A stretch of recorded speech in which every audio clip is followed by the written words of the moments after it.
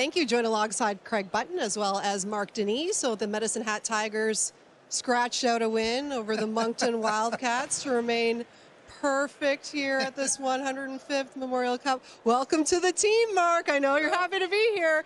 Absolutely for thrilled. Ryder Ritchie, he's quickly becoming a star here in Rimouski. 3 goals so far through his 2 games. How is he finding so much success, Craig? Well, good, smart goal scorers know 2 things. They know where to get to, and when they get to that spot, the puck comes quickly off their sticks. And for Ryder Ritchie, that's exactly what gives him success. The first goal is a great example. He starts the play from his own zone, but then he's following it up the ice, and he gives himself the room. So when Oasis Weisblatt sees him, boom, there's no chance to get it there.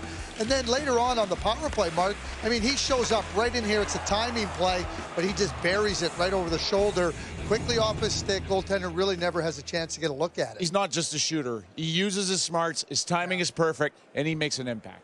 Special teams was definitely a talking point for Willie Desjardins and the coaching staff after that opening game. Rimouski's power play went 3 for 4, and it was improvements across the board, not only with the penalty kill for the Tigers, but also for the power play. That was the story of the game as far as I'm concerned. The first power play for Moncton kind of slowed the Medicine Hat Tigers a tad down and got Moncton in the game. But Ryder Ritchie, once again on that power play, got that 2-goal lead. And then at the end of the second period, Moncton couldn't do anything to get back in that game again, and they get caught with 7 players. Everything was about special teams in that game.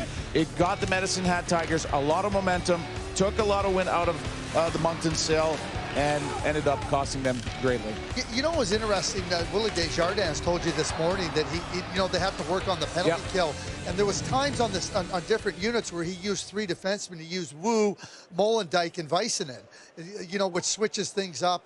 Wu, who's a dangerous player, and we know the other guys are going to block shots. So just giving a different look, and you have to think that Moncton's going, well, how do we deal with 3 defensemen? It was a really nice adjustment by Willie Desjardins. They were able, with those 3 defensemen, to deny a lot of Moncton entries. It was the winning combination, that is for sure, on Monday. Well, the Medicine Hat Tigers also got a big boost before this game as we learned that the 4th overall pick to the Columbus Blue Jackets last year, Caden Lindstrom, was set to make his Memorial Cup debut. Wasn't able to go in Game 1 back on Friday, and just adds another layer to this already dangerous team, Craig. Yeah, I don't think he was purring. I think he was roaring in there. Welcome, Craig. He was like, when we talk about big return, he played big, he played hard, he was assertive throughout the game.